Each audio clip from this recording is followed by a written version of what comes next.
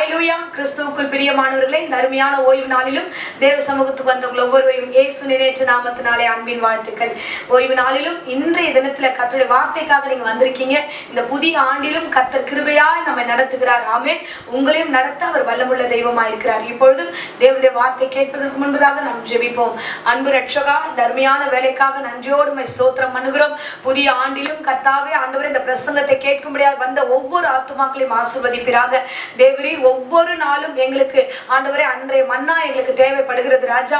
அப்பா, அந்த வார்த்தைகளை கொடுத்து அதன்படி நாங்கள் உயிர் வாழ கிருபை தருவீராக. ஆத்துமாவுக்காக ஆண்டவரே நீர் பேசுகிற ஒவ்வொரு வார்த்தைக்காக நன்றி செலுத்துகிறோம் ராஜா. இந்த நேரத்திலும் வந்த பிள்ளைகளை ஆசீர்வதியும், வேத வசனத்தை ஆசீர்வதியும் ஆண்டவரே. சத்தியத்தை ஆண்டவரே இவர்கள் புரிந்து கொள்ளட்டும், அறிந்து கொள்ளட்டும், இவர்களை விடுதலையாக்கி வழி நடத்தும். இயேசுவின் நாமத்திலே ஜெபிக்கிறோம் நல்ல பிதாவே, ஆமென். ஹல்லேலூயா. கர்த்தர் நல்லவர், அவர் கிருபை என்றும் உள்ளது. ஆமென். புதிய ஆண்டில கர்த்தர் நம்மை கொண்டு வந்திருக்கிறார். இந்த 2022ல உண்மையாகவே கர்த்தர் சொன்ன வார்த்தையின்படி பயப்படாதிருங்க, கர்த்தர் உங்களுக்கு துணை செய்வார். பயப்படாதீங்க, அவர் உங்கள் வலது கையை பிடித்து உங்களோடு கூட கடந்து வருவார். ஆமே. நமக்கு கொடுத்த வாக்குத்தத்தத்தை அவர் நிறைவேற்ற வல்லவராய் இருக்கிறார். ஒரு நாளும் வாக்கு மாறாத தெய்வம். ஆமென். ஹல்லேலூயா. சோ இந்த நாளிலும் கர்த்தர் கொடுக்கிற வார்த்தைக்கு நேராக நம்முடைய கவனத்தை திருப்பலாம். லூக்கா 18ஆம் அதிகாரம் 7-8 வசனங்களை வாசிப்போம். அந்தபடியே தேவன் தம்மை நோக்கி இரவும் பகலும் கூப்பிடுகிறவர்களாகிய தம்மால் தெரிந்து கொள்ளப்பட்ட விஷயத்தில் நீடிய பொறுமை உள்ளவராயிருந்து அவர்களுக்கு நியாயம் செய்யாமல் இருப்பாரோ, சீக்கிரத்திலே அவர்களுக்கு நியாயம் செய்வார் என்று உங்களுக்கு சொல்லுகிறேன். ஆமென். ஹல்லேலூயா.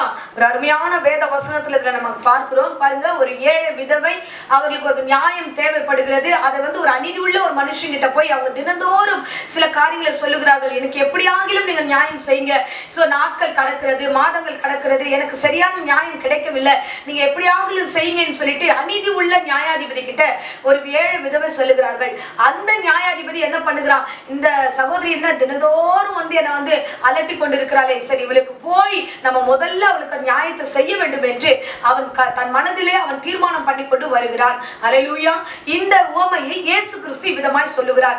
என்னன்னா, இரவும் பகலும் அவங்க ஓயாமல் தொந்தரவு பண்ணுகிறார்கள் அப்படின்னா, அவங்க போய் அந்த அநீதி உள்ளவர்கிட்ட கேட்கும் போது அவன் மனநிலைமையே எதையாவது செய்யலாம் வரும்போது என்னை நோக்கி கூப்பிடுகிற, ஹல்லேலூயா, அதுதான் அந்த வசனத்துல வாசிக்கிறோம். தம்மை நோக்கி இரவும் பகலும் கூப்பிடுகிறவர்களாகிய தம்மால் தெரிந்து கொள்ளப்பட்டவர்கள் விஷயத்துல ஆண்டவர் நியாயம் செய்யாமல் இருக்க மாட்டாரோ? ஹல்லேலூயா. அவர் நியாயம் செய்வார், உங்களுக்காக நியாயம் செய்வார். இரவும் பகலும் எத்தனையோ முறை நீங்கள் அழுதிருக்கிறீர்கள், ஜெபித்திருக்கிறீர்கள், தேவ சமூகத்துல நியாயம் வேண்டும் ஆண்டவரே, எனக்குரியது எனக்கு வேண்டும் என்று நீங்க எத்தனையோ முறை கேட்டிருக்கலாம். என்னிடத்துல அநேக பிள்ளைகள் பேசுவதுண்டு, அக்கா நான் இத்தனை காரியமாய் ஜெபித்து கொண்டிருக்கிறேன், பல மாதங்களாய் ஜெபிக்கிறேன், பல வருடங்களாய் ஜெபிக்கிறேன், இந்த காரியம் எனக்கு நிறைவேறவில்லை என்று மன குழப்பத்தோடு கூட எத்தனையோ பிள்ளைகள் இந்த நாட்கள் என்னிடத்துல கேட்பதுண்டு. இன்றைக்கு ஆண்டவர் சொல்லுகிறார், உங்களுடைய காரியத்தில் அவர் நிச்சயமாய் நியாயம் செய்வார், நிச்சயமாய் நியாயம் செய்வார். யாக்கோபே, சில நேரங்களில் நீங்கள் கேட்கிற கேள்விகள் வித்தியாசமா இருக்கிறது, தேவன் உங்களை பார்த்து கொண்டிருக்கிறார் என்ற உணர்வு உங்களுக்கு இல்லாமலே போகிறது. அதனால்தான் நம்ம நிறைய கேள்விகளை ஏடாகமா நம்ம கேட்க ஆரம்பிச்சிடும். பாருங்க, ஏசாயா வசனத்தை வாசிக்கிறோம். 40ஆம் அதிகாரம் 27வது வசனத்துல வாசிக்கிறோம். யாக்கோபே, இஸ்ரவேலே, என் வழி கர்த்தருக்கு மறைவாயிற்று என்றும் என் நியாயம் என் தேவனிடத்தில் எட்டாமல் போகிறது என்றும் நீ சொல்வானே. ஒவ்வொரு சூழ்நிலையில வார்த்தைகள் ஆண்டவரை நோக்கி கூப்பிடுதுன்னா, நான் இவ்வளவு நாள் ஜெபம் பண்றேன், நான் இவ்வளவு நாள் இந்த வார்த்தைகளை சொல்றேன், ஏன் ஆண்டவரை நீங்க கேட்கவே இல்லை என்று நம்ம பல நேரங்களில் கர்த்தரை நோக்கி இந்த கேள்விகளை கேட்கிறோம். ஹல்லேலூயா. அருமையானவர்களே, இந்த புதிய ஆண்டுக்குள்ளாய் வந்திருக்கிறீர்கள்.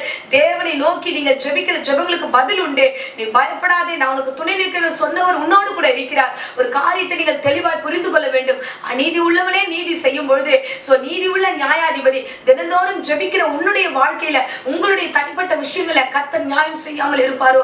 அவர் நியாயம் செய்வார். நீங்கள் தளர்ந்து போகாம இருங்க. சில நேரங்களில நாம என்ன பண்ணுகிறோம்னா, இந்த காரியங்களை நினைச்சு நினைச்சு தளர்ந்து போகிறோம். ஜெபிப்பது இல்ல, தேவ சமூகத்துல வருவதில்லை, தேவனை நோக்கி பார்ப்பது இல்ல, என்ன ஆண்டவரே போங்க ஆண்டவரே அப்படின்ட்டு நம்ம சில நேரங்களில் துவண்டு போகிறோம். இந்த வருஷத்தின் துவக்கத்துல இருக்கீங்க, இன்றைக்குதான் ஆரம்பமே. இந்த ஆரம்பத்துல சோர்ந்து போகாதீங்க. கர்த்தர் உங்க கையில இந்த நாட்கள்ல ஒரு வாக்குத்தத்தம் கையில கொடுத்திருப்பாரு. அந்த வாக்குத்தத்தை வைத்துக் கொண்டு தளர்ந்து போகாது இருந்தா உங்கள் முழங்கால்களை நீங்க உறுதிப்படுத்துங்க. தளர்ந்து போகாது இருங்க. நீங்க கடந்து கர்த்தருடைய சமூகத்துக்கு நேரா வாங்க. ஆண்டவர் சொல்லுகிறார், மனம் பதறுகளை பார்த்து சொல்லுகிறார். வசனம் சொல்லுகிறது, ஏசாயா 35ஆம் அதிகாரம் 4வது வசனத்துல, மனம் பதறுகளை பார்த்து நீங்கள் பயப்படாதிருங்கள், திடன் கொள்ளுங்கள், இதோ உங்கள் தேவன் நீதியை சரிக்கட்டவும் உங்கள் தேவன் பதிலளிக்கும் வருவார், அவர் வந்து உங்களை ரட்சிப்பார் என்று சொல்லுங்கள். ஆமென். அவர் வந்து உங்களை ரட்சிப்பார். ஹல்லேலூயா.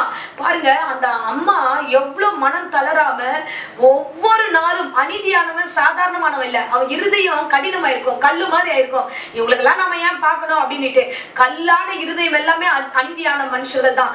அவங்க கிட்ட நியாயத்தை எதிர்பார்க்கறது நம்ம வந்து தேவையில்லாத காரியம். ஆனா அந்த அம்மா, அந்த 7 விதவை இந்த இடத்துல இருந்து தான் நமக்கு வரணும். அப்ப என்ன பண்ணலாம்? தொடர்ந்து போவோம், இந்த ஜீவன் இருக்கும் வரைக்கும் நான் தொடருவேன் என்று சொல்லி அவர்கள் தளர்ந்தே போகல. ஆமென். அல்லேலூயா.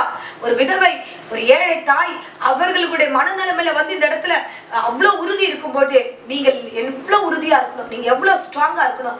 தளர்ந்து போகாதீங்க. தளர்ந்து போகாதிருந்தால் ஏற்ற நேரத்தில் அறுவடையை நீங்கள் காண்பீர்கள். அல்லேலூயா. அன்பு பிள்ளைகளே, அந்த தாய் எப்படியாய் அவர்கள் தளர்ந்து போகாமல் பின் சென்றார்கள். முதல் காரியமாய் பார்க்கிறோம், அவர்கள் தளர்ந்து போகல, அநீதியான இடத்துல போய் நின்றார்கள்.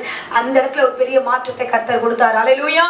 சோ வயது சென்றாலும், சூழ்நிலைகள் மாறினாலும், அந்த காரியங்கள் கடந்து போனாலும் அவர்கள் தொடர்ந்ததை விடவே இல்லை. இன்னைக்கு நீங்க தளர்ந்து போகாதுங்க, தொடர்ந்து பயணம் பண்ணுங்க.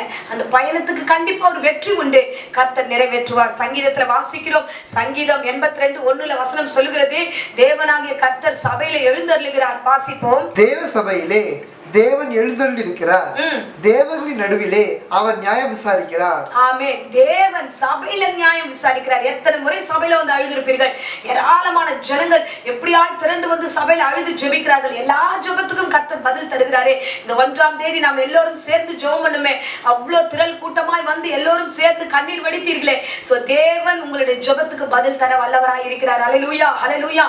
சோ நீங்க பயப்படாதீங்க, நீங்கள் உங்களுடைய காரியங்களில தளர்ந்து போகாதீங்க. நீங்க உங்களுடைய முயற்சியை தொடர்ந்து செய்யுங்க. அடுத்தது காத்திருங்க. அந்த அநீதியானவன் மனம் ஒரு நாள் மாறுகிறது, மாறி அவன் ஆசீர்வாதத்தை கொடுக்கலாம் என்று தீர்மானிக்கிற அளவுக்கு அவர்கள் அந்த இடத்துல காத்திருந்தார்கள். காத்திருக்கும் போது தேவன் என்ன அருமையான வார்த்தை கொடுக்கிறார் தெரியுமா? வாசிப்போம். ஏசாயா 16ஆம் அதிகாரம் 5வது வசனத்தை. கிருபையினாலே சிங்காசனம் ஸ்தாபிக்கப்படும். ஆமென். சிங்காசனம் ஸ்தாபிக்கப்படும். கிருபை யாருக்குன்னா, தகுதியே இல்லாதவர்களுக்கு கிருபை. தகுதியே இல்லாதவர்கள் தான் ஜெபம் பண்ணிட்டே இருக்கிறோம், ஆண்டவரே ஆண்டவரே ஆண்டவரே. கண்டிப்பா ஆண்டவர் காரியத்தை ஸ்தாபிப்பார். ஆமென். உங்களுக்கான இடத்தை உறுதிப்படுத்துவார், உங்களுக்கான காரியத்தை ஸ்திரப்படுத்துவார். தைரியமா இருங்க. ஒரு தீர்க்க தரிசன வார்த்தையாக கர்த்தர் சொல்லுகிறார். சில நாட்கள் சில காரியங்களை குறித்து குழம்பி இருக்கலாம். இந்த புதிய ஆண்டிலும் துவக்கத்தில் இருக்கிற அருமையான பிள்ளை, இந்த மாதம் இறுதிக்குள்ளாகவே நீங்கள் சாட்சிகளா நிற்பீர்கள். அநேகர் இந்த இடத்துல சோர்ந்து போயிருக்கலாம். புது ஆண்டும் வந்துருச்சு, ஆண்டவர் இந்த காரியம் எப்படி ஆண்டவர் என்று குழப்பத்தில் இருக்கலாம். தீர்க்க தரிசனமா கர்த்தர் சொல்கிற வார்த்தை, சோர்ந்து போவாதமா, நான் உன் கையை பிடிச்சிருக்கிறேன். இவ்வளவு நாள் நீ என் கையை பிடிச்ச, இப்ப நான் உன் கையை பிடிச்சிருக்கேன். நான் உன்னை கொண்டு போய் சேர்க்கிறேன், உன்னை கிருபையினால நடத்துவேன் என்று கர்த்தர் சொல்லுகிறார். தொடர்ந்து அந்த வசனத்தை வாசிப்போம். நியாயம் விசாரித்து துரிதமாய் நீதி செய்கிற ஒருவர் அதின் மேல் தாவீதின் குடாரத்திலே நியாயாதிபதியாய் உண்மையோட விற்றிருப்பார். உண்மையாய் துரிதமாய் நியாயம் விசாரிக்கிறவர் சிங்காசனத்துல வீற்றிருக்கிறார். ஆமென். உங்களுக்கான காரியத்தை கர்த்தர் நிச்சயமாய் செய்வார். உங்கள் ஜெபத்துக்கு பதில் உண்டு. அநீதியானவனுக்கு இவ்வளவு இரக்கம் இருக்குமெனா, நீதி உள்ள தயாபரர் எவ்வளவு பெரியவர், அவர் இறங்கி வந்து நியாயம் செய்வார். இந்த ஆண்டு இதுவும் ஒரு தீர்க்க தரிசன வார்த்தை.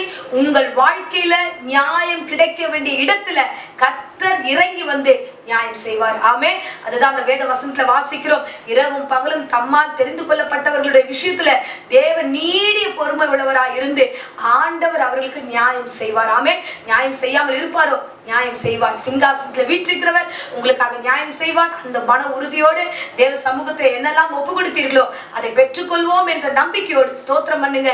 இந்த ஆண்டையும் இந்த நாட்களையும் கர்த்தர் விசேஷமாய் உங்களுக்கு அமைத்து தருவார், ஆசீர்வதிப்பார். இப்பொழுதும் இருந்த இடங்களை கண்களை மூடி நாம் ஜெபிப்போம். அன்பு ரட்சகா, இந்த அருமையான வேலைக்காக நன்றியோடு உம்மை ஸ்தோத்திரம் பண்ணுகிறோம். ஆண்டவரே, எங்களோடு இந்த நாட்கள்ல பேசின இந்த வேத வசனத்துக்காக நன்றி கர்த்தாவே. புதிய ஆண்டிலும் கர்த்தாவே ஆண்டவரே, தளர்ந்து போன ஆத்துமாக்களை பலப்படுத்துகிற தெய்வம் அல்லவா. இன்றைக்கு நியாயம் செய்வேன் என்று சொன்னவர் ஆண்டவரே நீதி உள்ளவராய் கடந்து வந்து நியாயம் செய்து ஒவ்வொருவரையும் ஆசீர்வதிப்பீராக.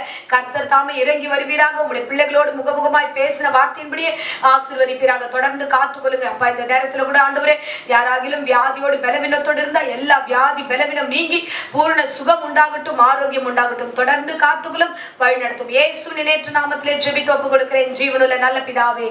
ஆமென். ஆமென். Praise the Lord. God bless you.